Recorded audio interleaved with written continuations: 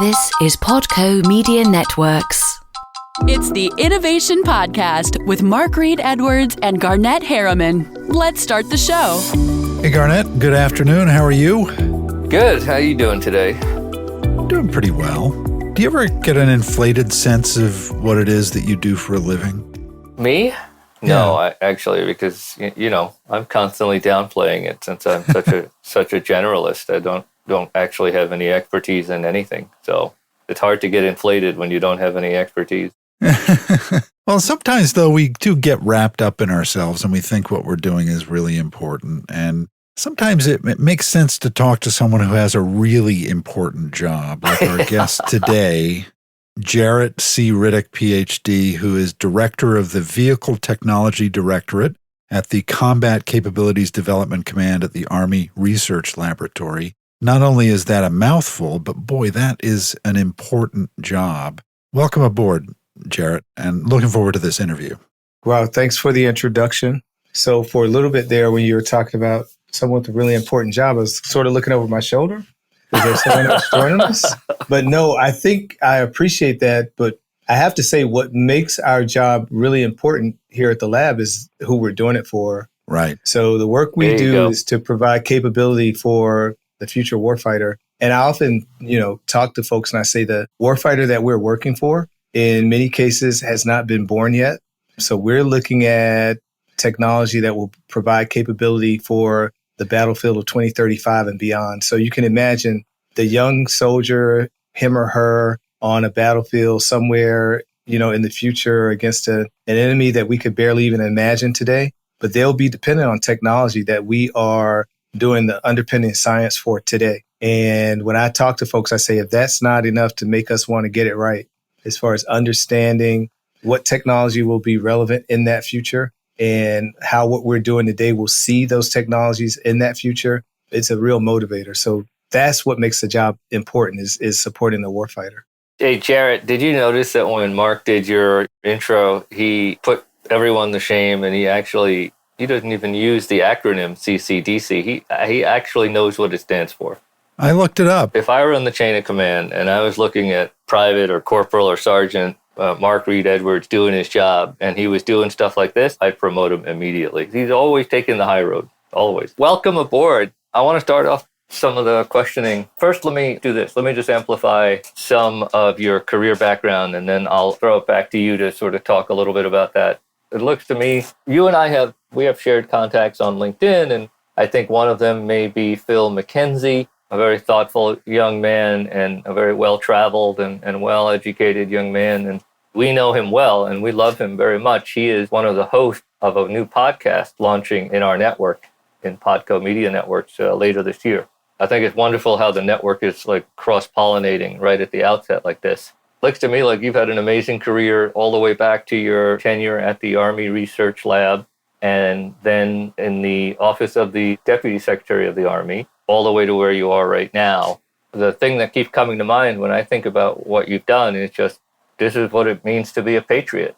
There's different ways to support our people abroad, whether they're diplomats or whether they're warfighters or what have you. But, the work that you're doing and have done throughout your career is like the definition of what it means to be a patriot. I've had the honor of meeting some very successful folks in the military, the Colonel Jack Jacobs, the chairman of the Medal of Honor Committee, a couple of recipients of the Marine Lifetime Achievement Award. But the kind of intellectual work and research that you're doing is truly, truly impressive. Thank you for being with us today. It's a great pleasure. I'm really excited that you all extended the invitation to me to join the podcast and look forward to the discussion today. I tell people all the time I have a very fun job. I'm having the time of my life as the director here of the Vehicle Technology Directorate within Army Research Lab in CCDC, which is a subordinate command of the newly formed Army Futures Command. It's a great joy to have a job where I look forward to coming to work every day. I leave my house excited to see the new challenge. I work with an extraordinary workforce of folks who are great people doing great work to support the future warfighter. So it's a joy to me. And, this is the first job I had as a fresh out PhD was actually the same job I have now. It's just evolved over time. So it's been a great run. Very cool.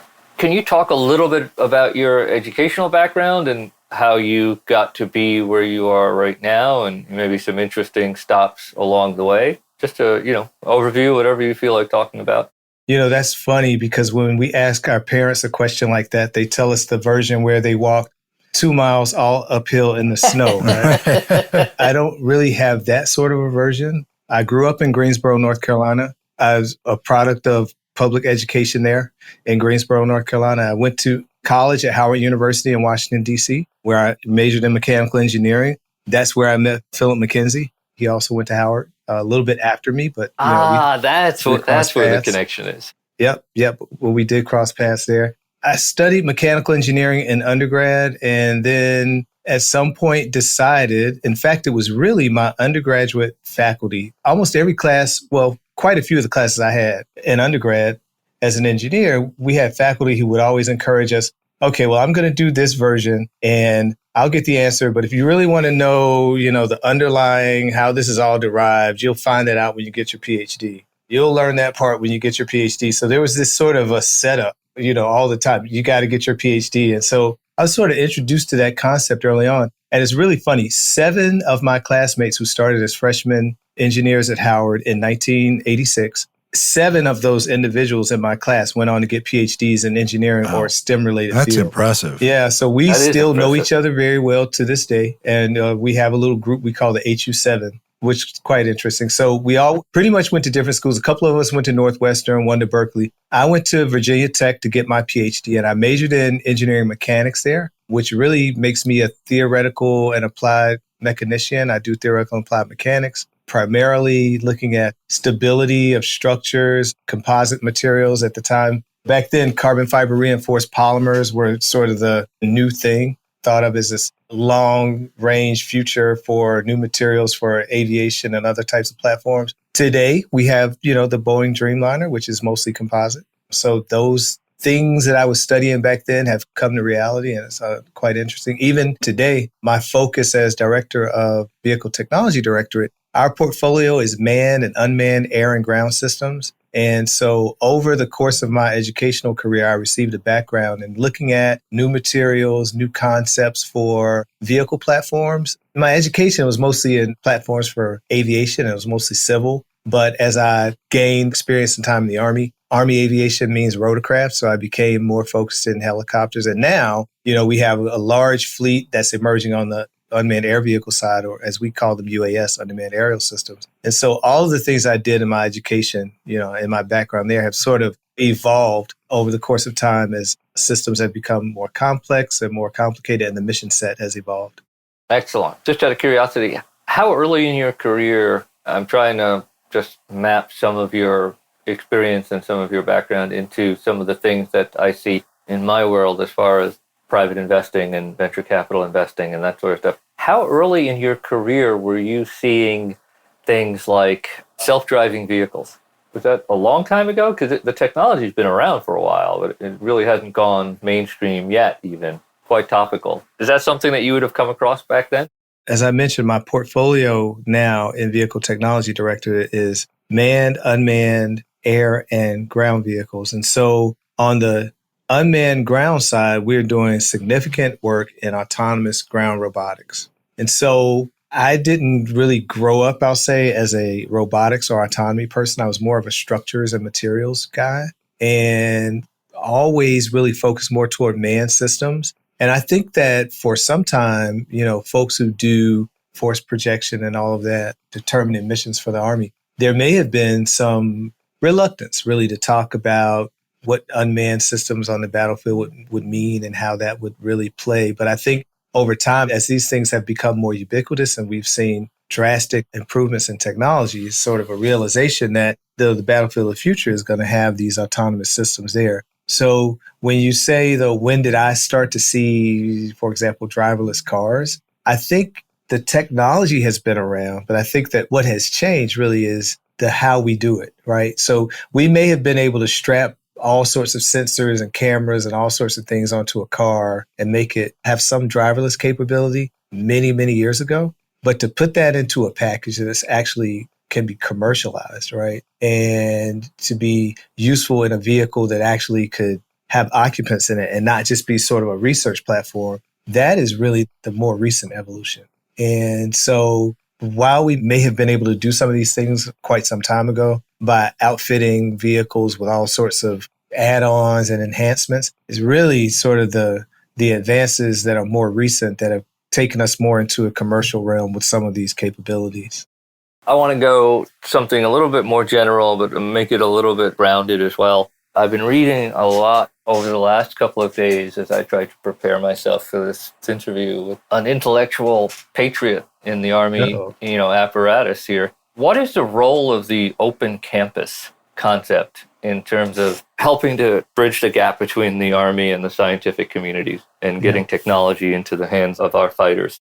So Open Campus is an initiative that began in Army Research Laboratory with our previous director.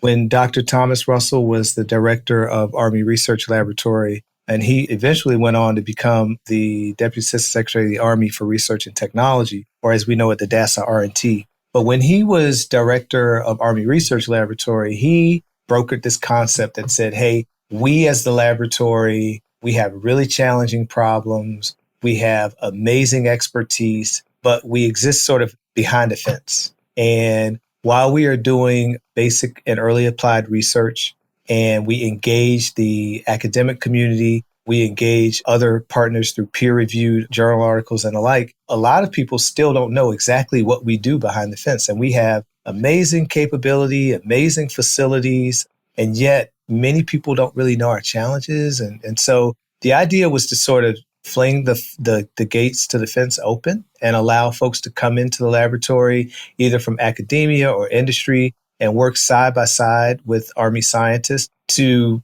build relationship, learn our problems, understand the challenging Army problems. And through the course of building a relationship, you basically build a foundation upon which you can seek other opportunities. And so the idea for the collaboration that the Open Campus will be built upon is that this is not really a transactional sort of collaboration where I fund a partner to come and work with me, but really it's about building relationships. So for those partners who are able, developing agreements through vehicles like a CRADA, Collaborative Research and Development Agreement, which is a sort of an in-kind vehicle that governs how we will handle intellectual property and the like. But it says, I pay for mine, you pay for yours, but we come together and we collaborate. And through that collaboration, develop relationships that will lead us to be able to seek opportunities later. Now, as a follow-on to the initial Open Campus sort of initiative, the laboratory later decided, well, we have this great Open Campus activity. Folks are coming to Aberdeen.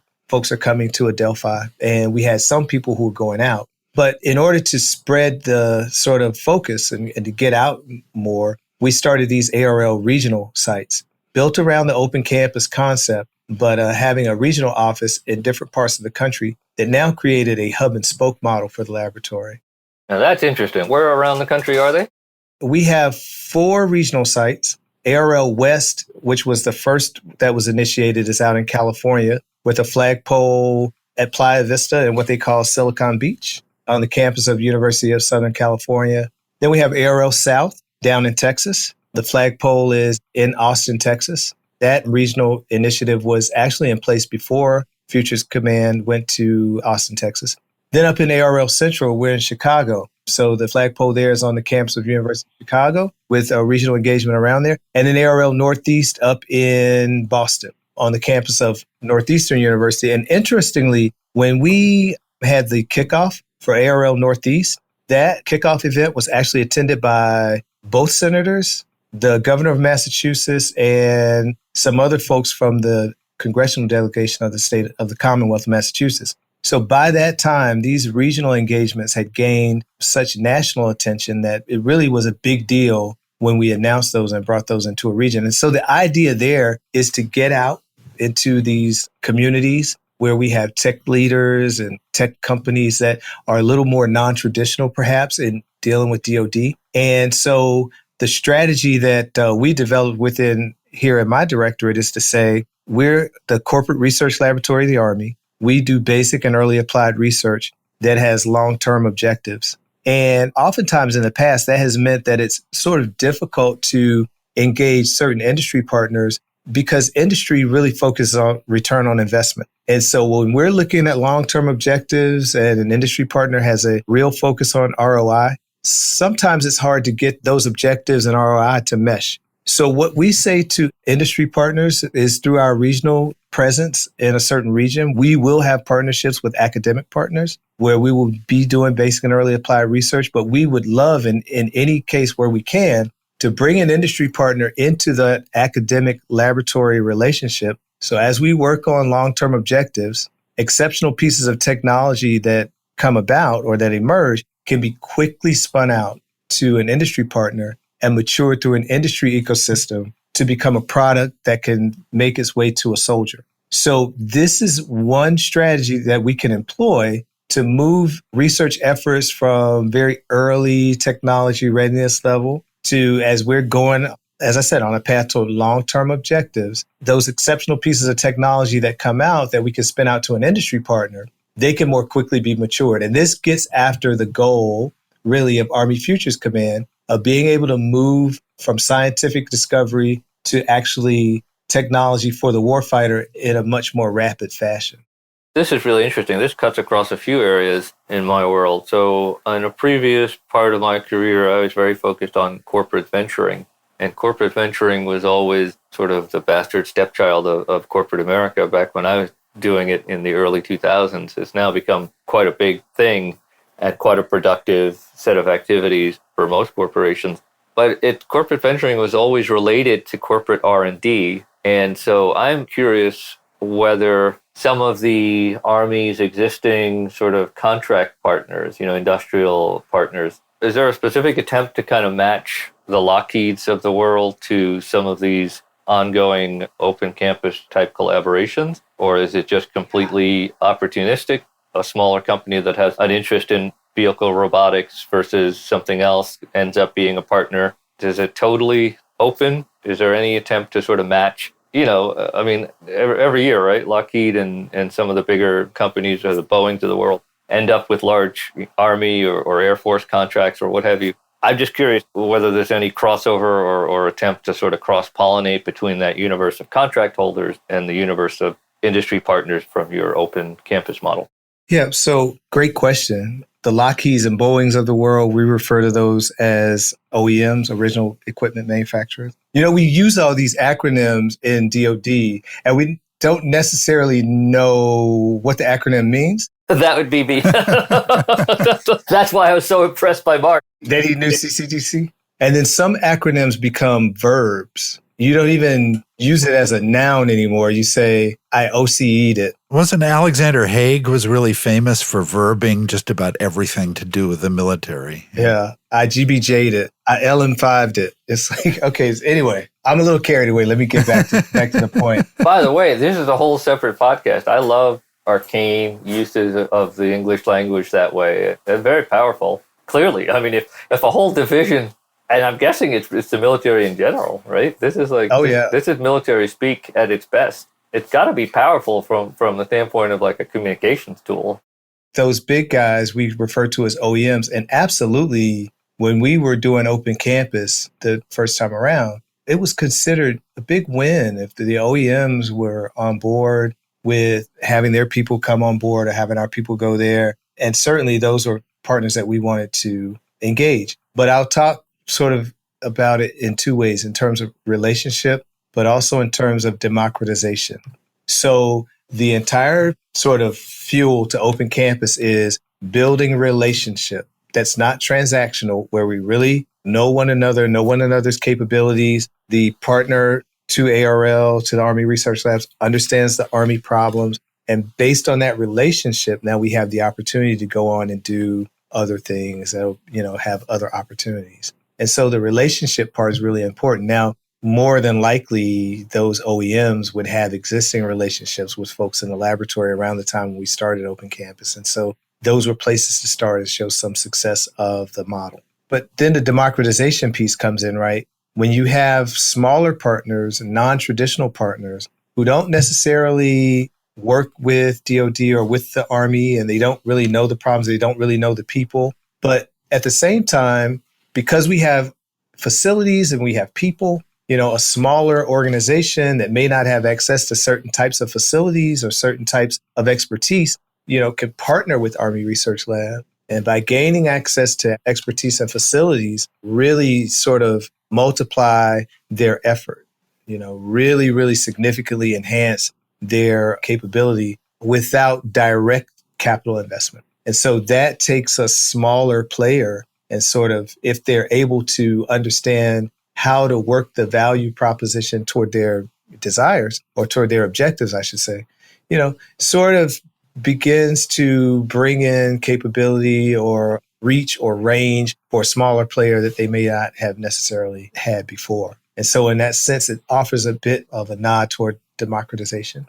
And one of the goals really for our senior military leadership within Army Futures Command was really to show that we are, as a research laboratory, as a research organization, engaged with the technological leaders in some of these emerging areas. And those are non-traditional partners who haven't necessarily done business with defense labs before. One example that comes to mind, we have a CRADA with Uber Elevate, and that's the part of Uber that's working on urban air mobility, or what they call the air taxi. They have one active in New York now, don't they? Right. So they're using a helicopter right now in New York that's running, I think, a short route to LaGuardia Airport to sort of start to exercise the muscles that are going to be required to really have a true urban air mobility type market. But for us, and I was talking to someone about urban air mobility and how there will be all these helicopter sort of, next generation sort of what they call eVTOL, electrical vertical takeoff and landing vehicles that are flying over cities, and there'll be so many flights. And the first thing the person said to me was, a helicopter flying over a city and hundreds of helicopters, that's going to be really noisy. And I said, it's great that you say that, because the exact technology that we are partnered in collaborating with the Uber Elevate folks to work on is quiet rotor technology for these advanced vertical takeoff and lift vehicles. Here you have, Uber has an interest in that for urban air mobility because they want quiet vehicles in the skies in the urban market, whereas the military interest would be quiet operation on the battlefield. And so it's a sort of a mutual interest from different sort of sectors. And so it creates a mutually beneficial research topic to collaborate and work together on with a partner that we've never worked with before in an area that some may look at and say, well, why are you working on air taxis? What do you have to do with urban air mobility? Really, it's about bringing together a collaboration for a technology that would be mutually beneficial to both. All right, next time we get geeky with Jaret and find out about some special equipment he's proud of and lots more. It was a great discussion, so come back next time. Thanks for joining Garnett and Mark on the Innovation Podcast. Visit theinnovationpodcast.co to subscribe and listen to other episodes.